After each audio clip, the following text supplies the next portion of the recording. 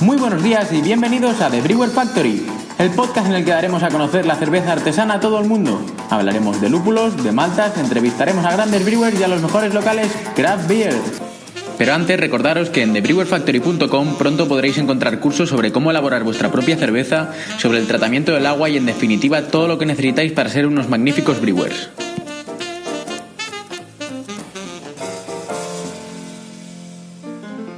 Última llamada para los pasajeros con destino a Argentina de The Brewer Factory. Buenos días, Alfred. Buenos días, Manu. Así que Argentina hoy, ¿eh? Hoy Argentina, Genial. Así estamos haciendo Sudamérica estos días y bueno, parece interesante de momento, así que creo que Argentina no nos va a defraudar. No solo es Messi, Argentina, también es cerveza artesana. Claro. Entonces hoy vamos a hacer lo de siempre. Pues la historia, Vale. las 3 cerveceras. Genial. Y los 3 locales donde poder ir a tomar una buena cerveza artesana y maridarla con buena comida. Y luego el caso Emprende, que viene aparte del país, no tiene nada que ver con el país, ¿eh? Exacto, o sea, es otra cosa distinta. No solo hablamos de Argentina en el podcast de hoy, sino que el caso viene por otro lado. También. Es algo muy chulo, ¿eh? Muy novedoso.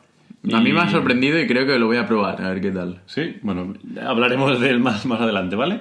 Vamos Entonces, con la historia, si te parece. Pues mira, la tradición de la cerveza en Argentina tiene algo más de 2 siglos y medio. Como la mayoría de los países iberoamericanos, la afición al consumo de la cerveza en Argentina fue introducida por los emigrantes europeos que llegaban al nuevo continente a hacer fortuna. Vale. Primero fueron las marcas elaboradas en la vieja Europa, las que fueron llevadas en barcos y las que empezaron a consumirse por alemanes y británicos, principalmente. Enseguida se sumaron a esa afición el resto de los argentinos. Entonces trajeron la cerveza a Argentina. Exacto, como la semana pasada en Uruguay, Sí. esta semana en Argentina. Genial. Vale. Más tarde, hacia la segunda mitad del siglo XVIII, empezaron a surgir pequeñas cervecerías fundadas por emigrantes ligados, pues en mayor o menor medida, con cervezas europeas. Vale. Las grandes distancias, las malas comunicaciones existentes y la ausencia de hielo para la refrigeración de la cerveza durante el transporte motivó a que cada localidad más o menos importante tuviera su cervecería para abastecer a los lugareños. Entonces, pues visto que la cosa triunfaba, que a la gente le gustaba, ¿no? Empezaron a hacer ellos la cerveza para que fuera mayor calidad, ¿no? Y el viaje no Y estropeara. reducir costes también, Sí, porque al final traerla de fuera era muy caro, ¿no? Vale. En un principio pues tenían que importar la malta y el lúpulo y algunas pues por la mala calidad de las aguas del subsuelo utilizaban agua de lluvia recogida en aljibes Vale. construidos a tal efecto.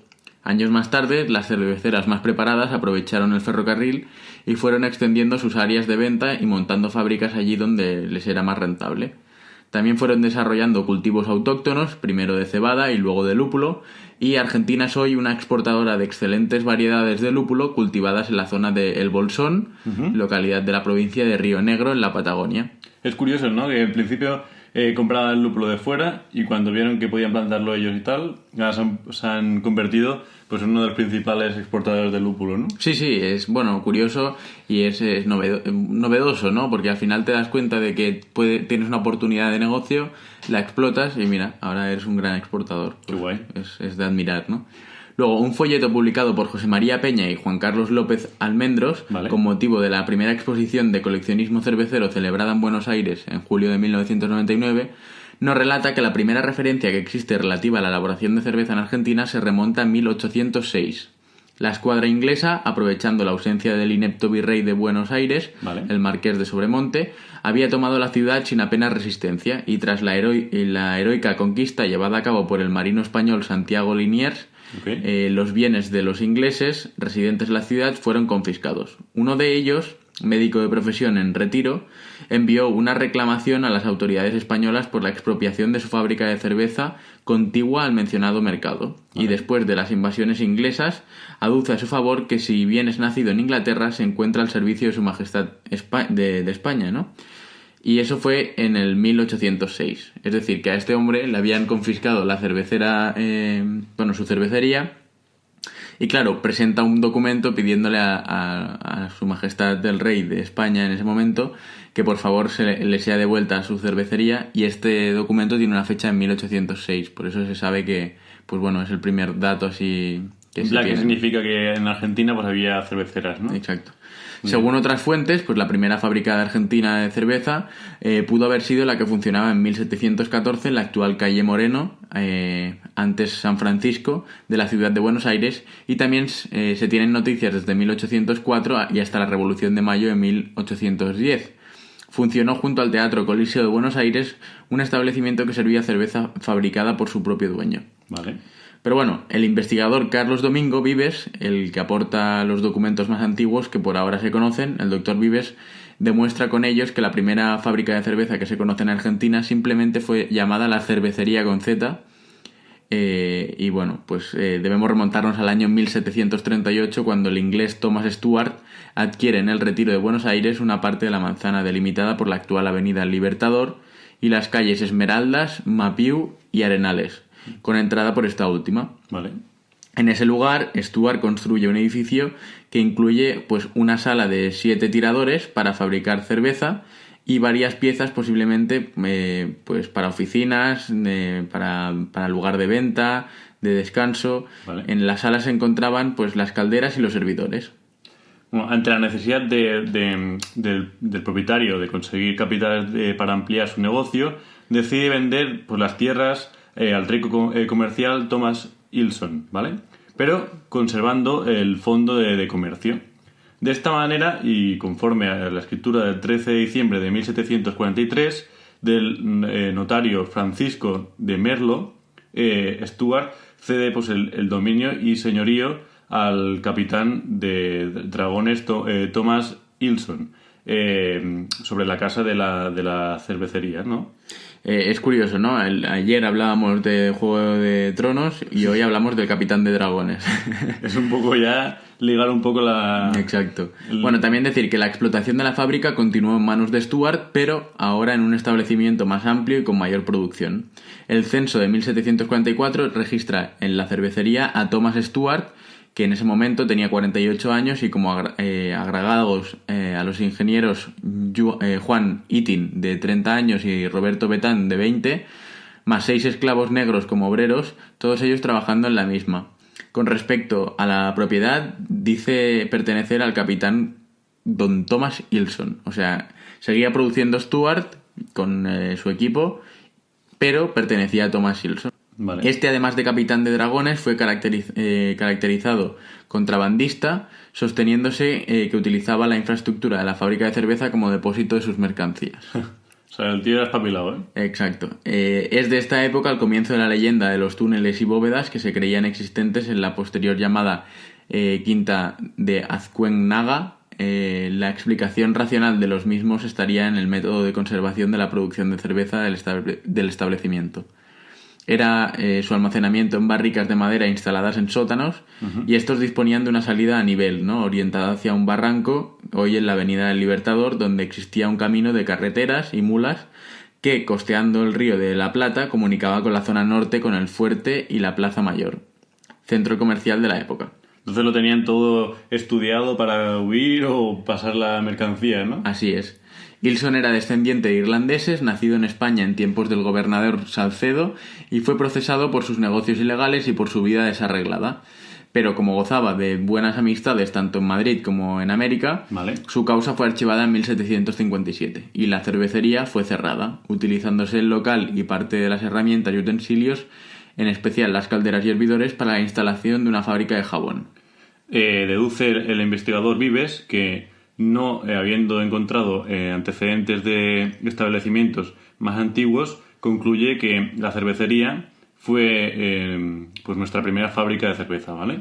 Entonces, para el 1835, un anuncio publicitario indicaba pues que Santiago Reiner y Enrique Knoll, ¿vale?, eran los propietarios de una cervecería en el número 362 de la calle Tucumán de Buenos Aires, que producía cerveza blanca y coloreada. Los precios eran pues, de 13 pesos la docena de botellas, y solo 8 pesos si se devolvían las vacías. En marzo de 1842, dos alemanes, Adolfo Bullick y Carlos Zielger, están dispuestos a resucitar la vieja cervecería de Ilson y Stuart y alquilan una casa y el local, pues que esta gente tenía, situados en una plazoleta del Retiro. Los arrendatarios pagarían 3 onzas de oro selladas, desde el 1 de abril de 1842 y luego 5 pesos fuertes más por el portrero, quedando a cargo de los propietarios la recuperación de techos, galerías altos de la casa principal, el portón de cochera y todo lo demás que ya pues amenazaba la ruina, ¿no? El contrato fue por 7 años con opción a una renovación por 4 años más. Y por constancias posteriores se sabe que los inquilinos hicieron grandes reformas en la propiedad, instalando además la fábrica de cerveza, una taberna y una tienda. Con respecto al alquiler del potrero, en el Bajo se explica porque en la existencia de las caballerizas y galpones, donde guardaban los caballos que tiraban de los carruajes del reparto de cerveza. Y también era la salida de la producción de cerveza desde los sótanos de la fábrica. Poco tiempo después, la cervecería pasa a manos también de 2 alemanes, de Vogel y Smith, y de estos a Guillermo Seidel. Oye, me está enganchando mucho la historia de Argentina, mucho contrabando, parece una película esta. Exacto. El 20 de enero de 1845, la Gaceta Mercantil de Buenos Aires informaba pues, en una nota que la fábrica de cerveza de Guillermo Seidel había pasado de la plazoleta del Retiro a un local más amplio y conveniente, a la barraca de Capdevila, situada en el número 315 de la calle Chacabuco. La nota continúa con la cervecería, que dice que ofrece al respetable público una mejoría de calidades de la cerveza, mejorando las 2 clases, la blanca y la negra. Siempre habrá un surtido de las 2 clases. En la misma publicación se comunica al público que en el anterior establecimiento del Retiro se venden botellas y medias botellas de cristal y de barro de cerveza. ¿Cómo?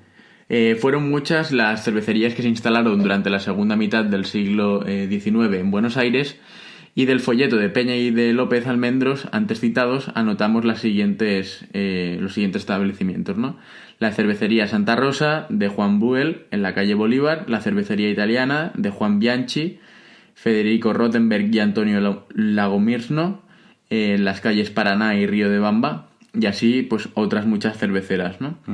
Es en 1884, en la ciudad de San Carlos de Santa Fe, cuando un emigrante alemán fundó la cervecería de San Carlos. En 1888 nace Quilmes, la cervecería que hoy domina con creces el mercado argentino. Luego también tenemos en 1913 que se funda la cervecería del norte argentino, y en 1921 la maltería y cervecería de Cuyo. Ambas se fusionaron más tarde, y se constituyó también en 1917 la cervecería de Córdoba. Vale. Pues para conocer mejor la situación de la cerveza en Argentina hasta final del pasado siglo, recurrimos también a las manifestaciones realizadas por Néstor del Campo, entonces gerente general de Quilmes, a la Asociación Argentina de Marketing, en el mes de septiembre de 2000. Decía el señor Campos: el mercado de la cerveza hasta el año 80 era un mercado totalmente subdesarrollado, es decir, un mercado en el que al año 80 llegaba a su mínimo con un consumo de 8 litros per cápita, lo cual, para darles una referencia, no es prácticamente nada. En ese momento el mercado del vino tenía 80 litros per cápita y cualquier mercado de cerveza en un país desarrollado tenía más de 100 litros por cápita. Estábamos hablando de un mercado prácticamente inexistente que tuvo solo un pico en la década de los 50. En esa década se expropiaron las cervecerías de nuestro grupo y a partir de ahí surgió una estrategia masiva de precios. Prácticamente se regalaba la cerveza, lo cual provocó un rebote en la industria hacia arriba que le permitió lograr ese pico de 22 litros per cápita. Después las cosas empezaron a regularizarse y el mercado empezó a caer, llegando a los 8 litros en el año 80, 8 litros per cápita. Bueno, y la historia continúa bastante, hasta la actualidad, que las cervecerías pues en Argentina están muy bien, son productos muy buenos, ¿no? Sí, bueno, podemos decir, y nosotros terminamos ya con esto sobre la historia. Si queréis más, tenéis muchísima información en internet, pero terminamos con esto, que es que en Argentina, de una manera o de otra, el consumo de cerveza pues ha ido aumentando en estos últimos años, ¿no? Uh-huh. Y es evidente que muchos argentinos están de acuerdo con Benjamin Franklin, quien dijo que la cerveza es la prueba de que Dios nos ama y de que quiere que seamos felices, ¿no? O sea, al final, totalmente. Esta frase ya la hemos utilizado otras veces, pero es así. O sea, al final la cervecera artesana se está imponiendo a la cerveza industrial en cuanto a cantidad de calidad. No, de calidad. Y en cuanto a cantidad, no son tantas las cerveceras industriales, sí las artesanas. Pero bueno, también en litros, pues las industriales están pegando una patada a las artesanas, Sí. Y bueno, pues ahí un poco se nivela todo, ¿no? Si te parece, pasamos con las tres Me parece cerveceras. genial. Oye, me ha gustado mucho la historia de esta semana del país. Una historia parecía una película, ¿eh? Entre contrabandos... Sí, porque la hemos acortado, ¿eh? Porque Sí. Entre contrabandos y, bueno, especulaciones y cosas así. Ha estado bien. Mira, tenemos la primera fábrica, es la de El Búho, Vale. ¿vale? Que